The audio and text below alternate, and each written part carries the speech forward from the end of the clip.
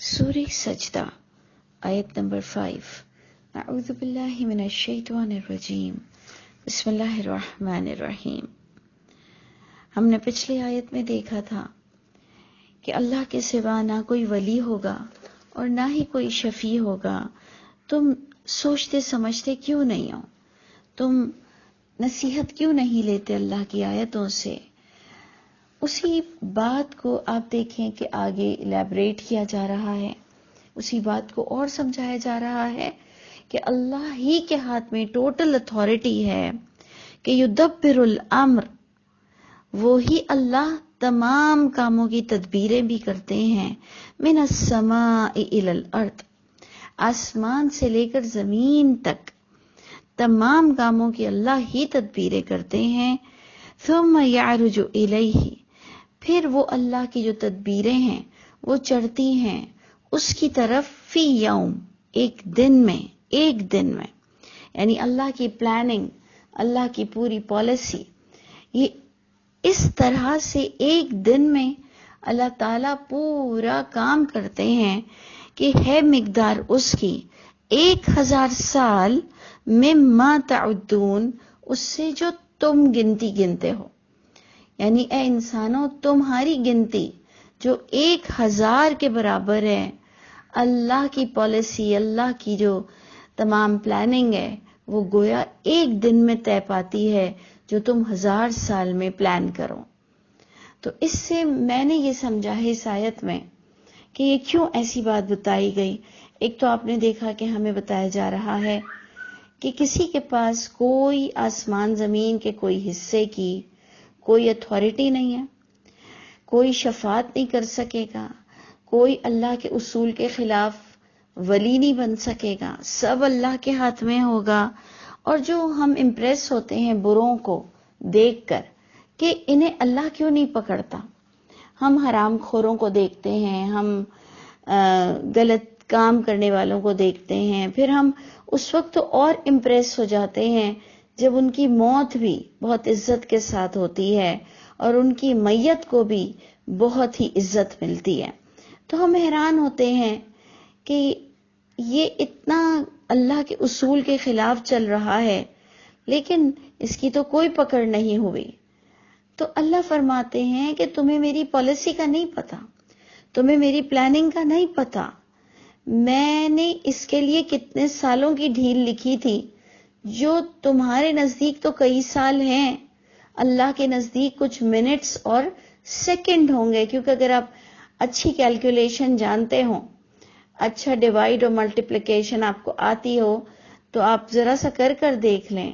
کہ اللہ فرماتے ہیں کہ جو تم 1000 سال گنتے ہو، اللہ کے نزدیک وہ ایک دن کی اللہ کی تدبیر ہوتی ہے۔ تو اس لیے دیکھیں، بات صرف اتنی ہے کہ اچھائی کا بدلہ اچھائی ہے، برائی کا بدلہ برائی ہے، علم حاصل کرنا فرض ہے۔ انبیاء کرام کے پاس بھی کوئی اتھارٹی نہیں ہے۔ جب ہم کلمہ ہی پڑھتے ہیں لا الہ الا اللہ تو ہمیں اس کا مان رکھنا چاہیے، نہیں تو بہت برا انجام ہوگا اگر ہم نے کہیں پر بھی اللہ تعالیٰ کا حق مارا۔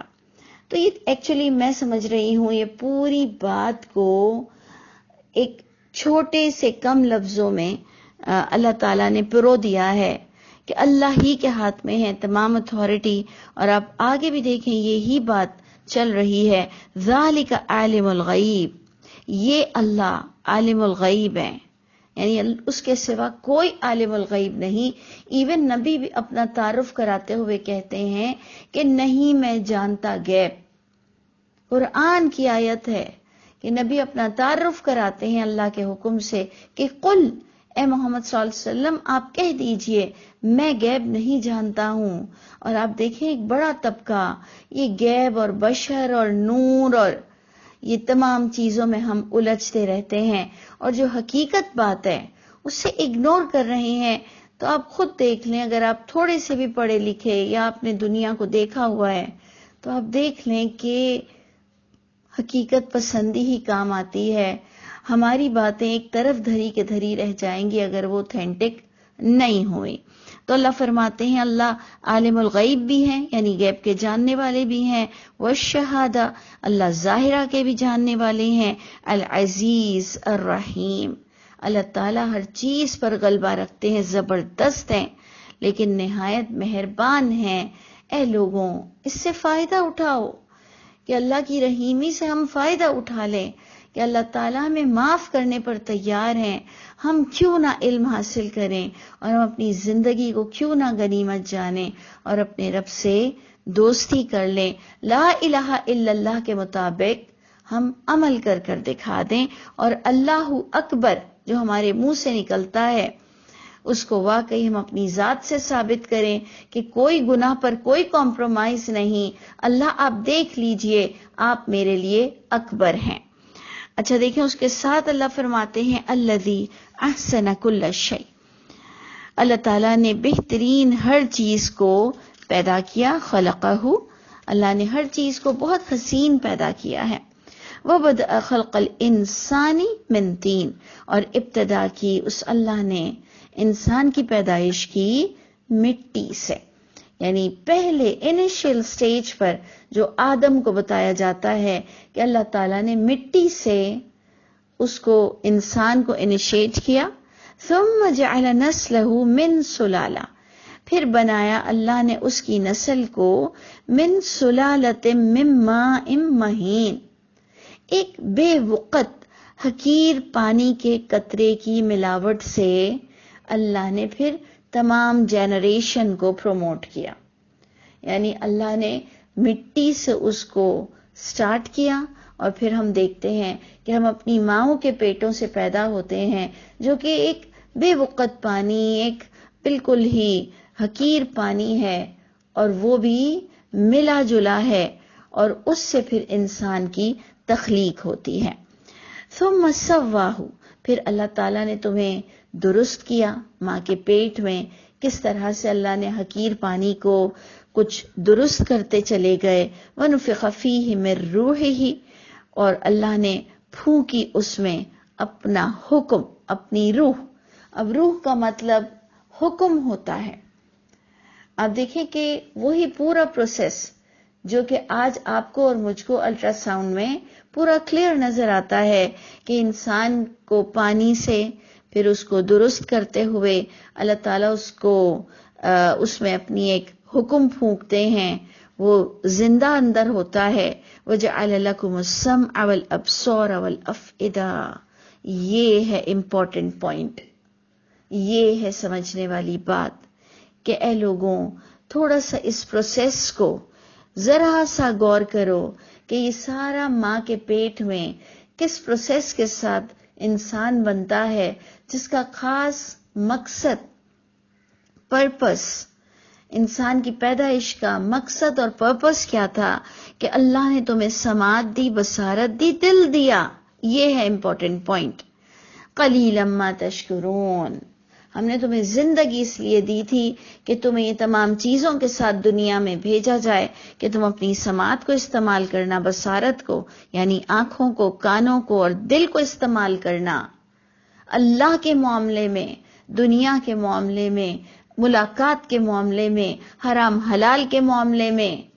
اور شرک اور توحید کے معاملے میں۔ تم اس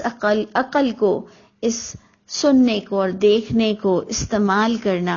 لیکن تم میں سے بہت کم ہوئے جنہوں نے ان چیزوں کی قدر کی، یعنی اللہ فرما رہے اللہ کے نزدیک بہت کم لوگ ہیں جو اپنی سماعت، بصارت، دل کا استعمال کرتے ہیں۔ اور ظلم تو یہ ہے کہ دنیاوی معاملات میں ہم سماعت، بصارت، دل کو اتنا استعمال کرتے ہیں کہ اس کے بغیر ہم کسی کو پاگل ہی کہہ دیتے ہیں، لیکن اللہ کے معاملے میں ہم نے بس بڑوں کی اتباع کی۔ آپ دیکھیں پیچھے سارا یہی چل رہا ہے کہ اندھی تقلید مت کرو، اندھی تقلید مت کرو، اللہ کی کتاب کا علم حاصل کرو۔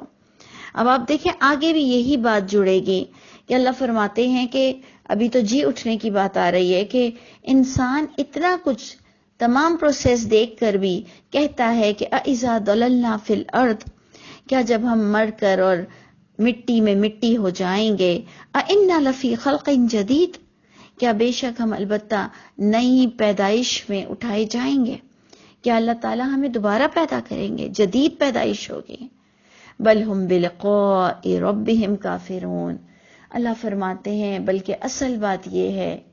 کہ یہ اللہ کی ملاقات کے منکر ہوئے ہوئے ہیں، کفر کر کے بیٹھے ہوئے ہیں، یہ اللہ کی نہ ملاقات چاہتے ہیں اور نہ ہی یہ علم حاصل کر کر اس بات کا ثبوت چاہتے ہیں کہ کیوں نہیں ملاقات ہو سکتی اور کیوں نہیں اللہ دوبارہ پیدا کر سکتے۔ کیا تم اس ماں کے پیٹ میں جیسے انسان پیدا ہوتا ہے اور اپنی پیدائش سے پہلے وہ کہاں ہوتا ہے؟ آپ سوچئے کہ ہم اپنی پیدائش سے پہلے کہاں تھے؟ تو جب تم مٹی میں مٹی ہو جاؤ گے تو پھر اللہ تمہیں کیوں کر پیدا نہیں کر سکتا؟ تو اس لیے یہ اتنا میجر ایشو ہے، اور اگر ہم نے اپنے بچوں کو عربی نہیں سکھایا تو یہ بڑی بڑی یونیورسٹیز میں اور کالجز میں اور بڑے بڑے پروفیسرز سے، جہاں آپ دیکھیں کہ جتنا میں نے دیکھا ہے کہ کس قدر ایک کرپٹ عقیدہ چل رہا ہے کہ جی اٹھنے کا انکار ہمارے اندر ویسے بھی ڈالا جا رہا ہے کہ عمل کی کوتاہی ہے۔ اگر ہم جیسے لوگ بڑا سر مٹکاتے ہیں، بڑا درس دیتے ہیں کہ جی اٹھنا ہے، جی اٹھنا ہے، اللہ کے پاس پیشی ہے، اللہ کی ملاقات ہے، لیکن ہمارے عمل گواہی دیتے ہیں کہ ہمیں کوئی ڈر نہیں لگتا کہ اللہ کے گھر ہم اپنے رپورٹ کارڈ کے ساتھ کھڑے ہوں گے اور اللہ کی وحی والی کتاب کے مطابق جو کہ ہمارا سلیبس ہوگا اس کے مطابق ہمارا انجام ہوگا۔ ہمیں بھی کوئی ڈر ایسا لگتا ہے کہ لگتا ہی نہیں ہے کہ وہ اتنا بڑا دن ہے کہ برباد ہوں گے لوگ اور بہت کم لوگ ہیں جو اللہ کی رضا حاصل کر سکیں گے۔ تو اللہ فرماتے ہیں قل، اے محمد صلی اللہ علیہ وسلم آپ لوگوں کو بتا دیجئے، کہہ دیجئے، یتوفاکم، وفات دیتے ہیں تم کو ملک الموت، یعنی یہ بھی اللہ کی تدبیر ہے۔ آپ نے پچھلی آیت پڑھی کہ وہی اللہ تمام تدبیریں کرتے ہیں آسمان سے لے کر زمین تک۔ پھر آپ کو آپ کی پیدائش بتائی گئی، پھر آپ کو آپ کی پیدائش کا مقصد بتایا گیا، پھر اب بتایا یہ جا رہا ہے کہ تمہیں جی اٹھنے سے جو شک آ رہا ہے تو اے لوگوں سنو بات غور سے کہ وفات دیں گے تم کو ملک الموت، موت کے ملک فرشتے، الذی وکل بکم، وہ